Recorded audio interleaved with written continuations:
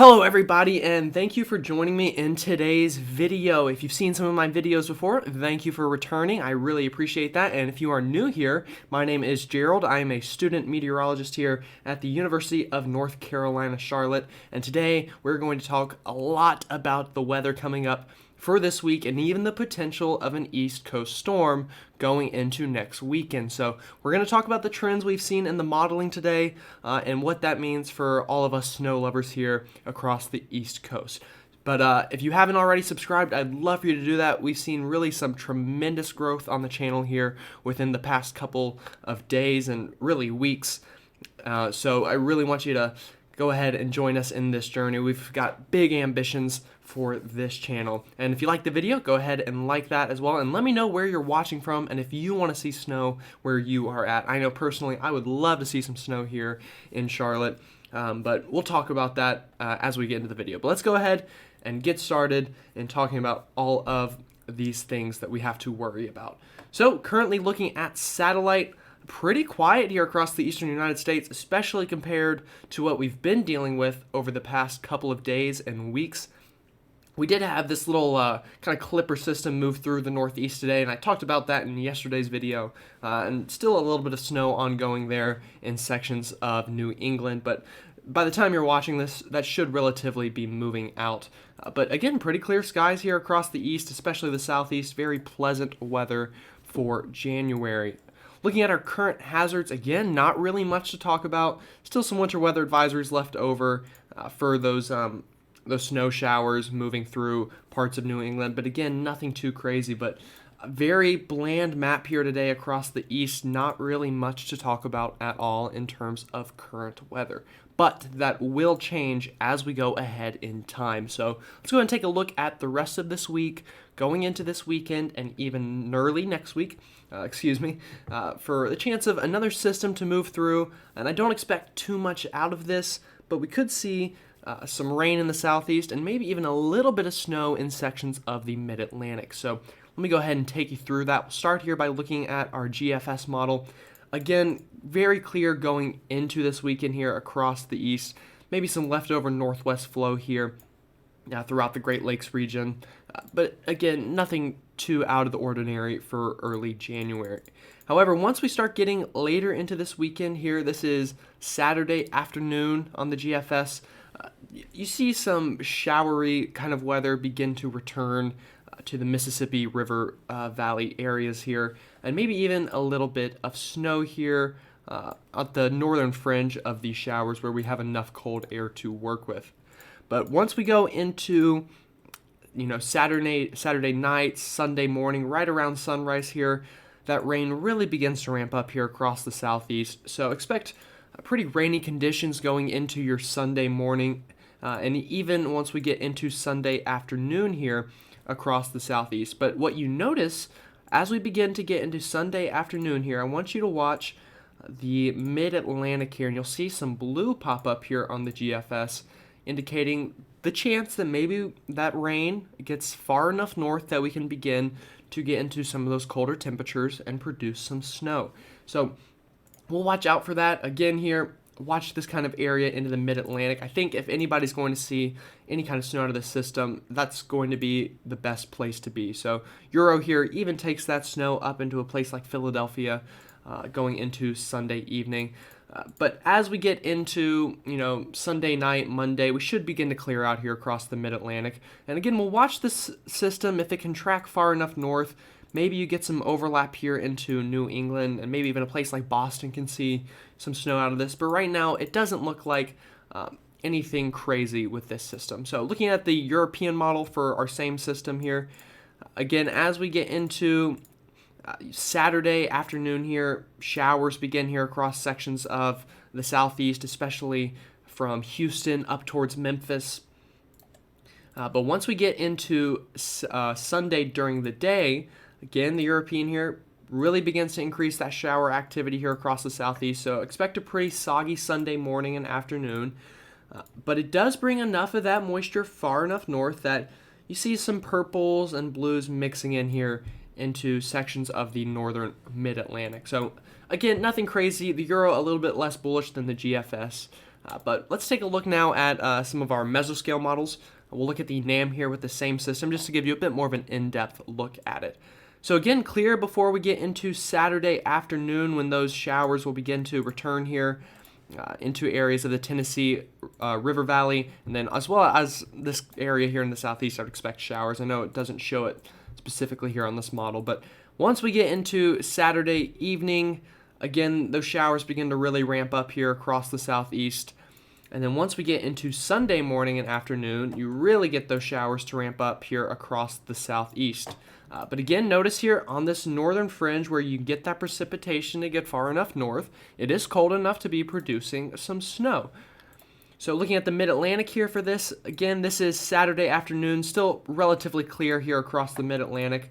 But once we get into Saturday evening and Sunday morning, we begin to see some of this precipitation work far enough north that maybe we can see a kind of, I guess, an area of snow develop going into your Sunday afternoon. I think the NAM here is doing a pretty good job of that. Again, having a path in this general area of seeing that snowfall. And again, going into then Sunday night and Monday morning, we'll see if we can get that precipitation to move far enough north that maybe Boston, New York even could see some light snow showers going into Monday. All right, so looking at snow totals here, again, I don't expect anything crazy, but I do expect somewhere in this general area to potentially, if this can overperform enough, get 1 to 3 inches of snow. But a safer bet is, a dusting to an inch here across most of Pennsylvania and New Jersey, with some higher totals here into the mountains of West Virginia, where you'll also be dealing with some northwest flow even before this system moves through. All right, so now let's go ahead and talk about some of these temperatures going into next week before we talk about this big storm system we've been talking a lot about and hearing a lot about on social media. So again, this week, we'll start at Monday afternoon here by about that time that system finishes moving through. Temperatures, again, above average here across the east. And let me change my color here so you can see it a little bit better. Above average, but a lot closer to what you would expect this time of year in January. Instead of dealing with 20 degrees above average, we're more in the 5 to 10 degree above average range. So nothing too crazy. Again, going into Tuesday afternoon, same story here. Wednesday afternoon, same story, slightly above average temperatures. And then by the time we get later in the week, we'll begin to see that system potentially move through, which is why you see these blues popping up here. So again, an above average week going into next week in terms of temperatures, but not nearly as above average as maybe we were dealing with a week ago. So more seasonable, although still above average through most of the east. All right, so now let's go ahead and dive into this big storm that everyone's been talking about. We're going to talk about the model trends today, whether it's gotten a snowier look, a less snowy look.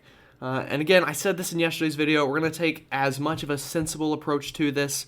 I'm going to talk about all the options on the table and what I think is the most likely scenario at this time. So I am going to show you the deterministic model runs today. I didn't yesterday, but today's model runs are a little less, ambitious, so I feel a little more comfortable showing you this. So we'll start with the GFS here. Again, this is into the middle of next week. We're clearing out pretty good after getting that system to move through the beginning of the week. And then once we get into late next week, you see this system here beginning to start to get its act together. So what we're going to watch here is how the GFS evolves this system. All right, this is Friday afternoon here. You see the GFS bringing this into the east and even starting some snow here in areas of the mid-Atlantic, but still a very rainy look here with the GFS, especially in the southeast. The GFS this run, really quite the rainy look here across the southeast. But once we go into next weekend on the GFS, you get a favorable enough of a track that we could see some snow here into the northeast with this GFS run. And then the GFS does eventually bring this low pressure far enough inland that you get quite the rainstorm across much of the I-95 corridor and even pretty far inland. But nonetheless, the GFS does show at least some time of very heavy snowfall here going into next weekend. So that's the GFS. That option, very much on the table, very much could happen. Let's look at the European model now. Euro model, again, gets that system starting to crank up here going towards this weekend. This is actually Thursday afternoon on the Euro, so a bit quicker than the GFS. But you look at the Euro here, and it's nothing in terms of snowfall here across the east. In fact, it's quite the rainstorm for most of New England and even across the southeast here going into next weekend. Very, very rainy and not even really close to snow at all. So what I want to do now is kind of talk about what is driving this and what kind of ingredients we really need to get this to work out for us here on the East Coast. So it really all comes down to this thing that people like to call a 50-50 low. So I'll go ahead and try my best to explain that to you. And what we're going to do first is look at today's GFS model run. So on the GFS here, back it up just a little bit. This is Thursday afternoon on the GFS. And this is our storm here that we're going to be tracking. Now what I want you to notice here Thursday afternoon, we also have low pressure up here kind of near Newfoundland, up towards the Canadian coastline. And that is what we're really going to talk about here, is that 50-50 low here up here into Newfoundland. And that is very key in terms of whether or not we can get snow out of this. So you look at Thursday here, our storm is still out here in Oklahoma. Although in the GFS, this 50-50 low is in Newfoundland now at this time, when our low is still all the way back out into the plains. That's not really what you want to see to get snow. Ideally, you would like, while this 50-50 low is up here, to have the storm right here off the southeast coast. That would be the ideal timing. And we don't see that on this model run.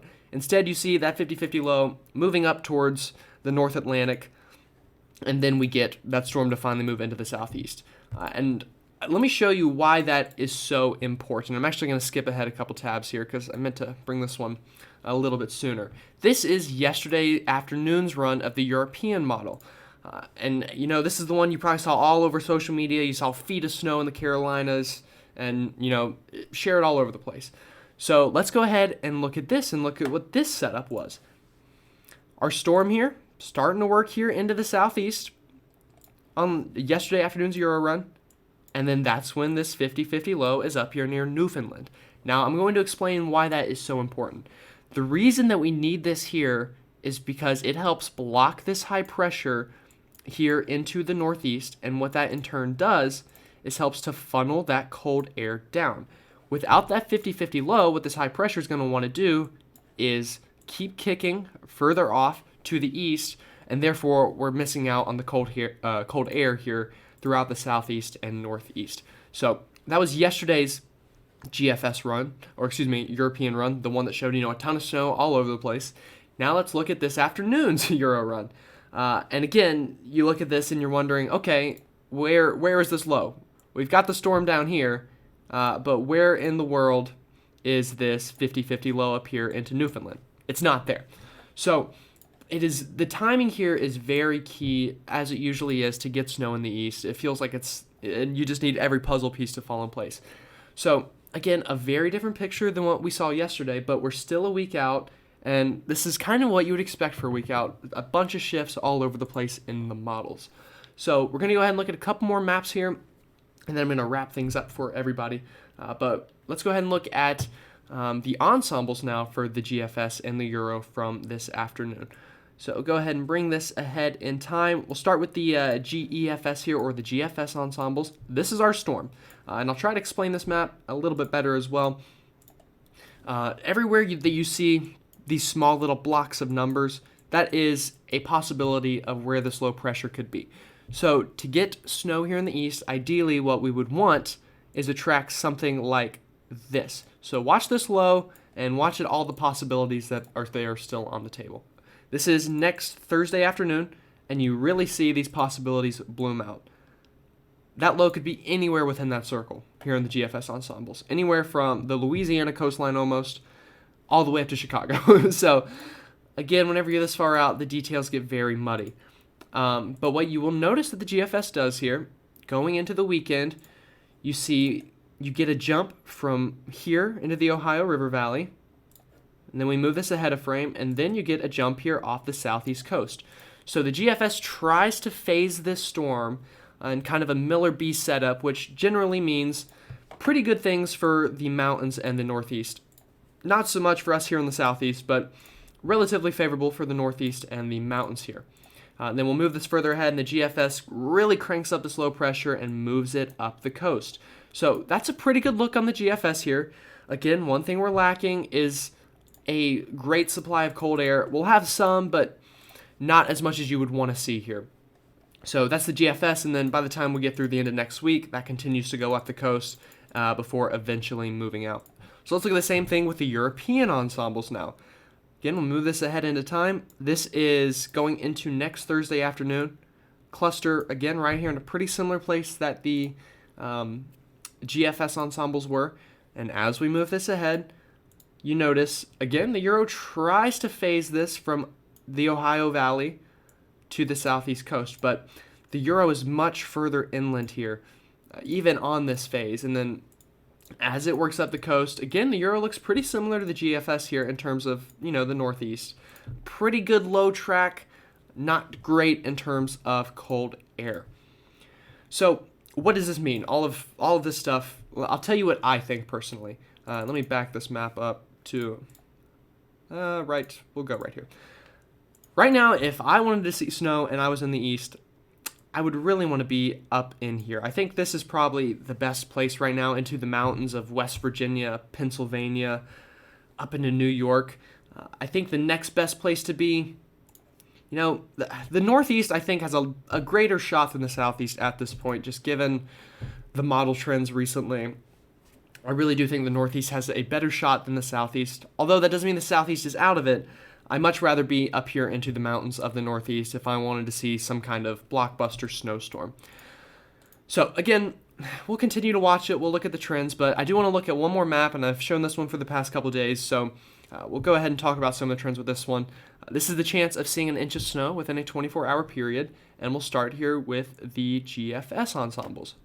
We'll move this ahead into time, and this is our storm going into next Saturday. And you look at this, you're like, okay, this is quite a good look on the GFS ensembles. I mean, again, nice swath of snow here through the mountains, even all the way down into North Carolina, and then up towards the Poconos. And anywhere you're in the blue is whenever you start getting above a 30% chance of seeing an inch of snow. The greens, the light greens are about a 10% chance. The darker greens are up towards the 20 to 30% chance. So again, you get those blues, which is really what you want to be in, all the way down here into the mountains of North Carolina. So GFS here, looks pretty good at a chance of seeing snow. And even, although much smaller chances, you get that even down into kind of the more climatologically favored areas into the southeast before this system eventually works its way out. Now let's look at the European ensembles from this afternoon. We'll go ahead and move this ahead. This is our storm for next week here. And you see this and you're like, oh, okay, well, not nearly as favorable here for snow, especially in the southeast. I mean, some places are just at a flat 0% here on the Euro ensemble. So, it's not a great look, although we are still a week out, so plenty of time for things to change, and they will change, I can guarantee you that. But again, if I wanted to be somewhere right now to see snow, it's right in here.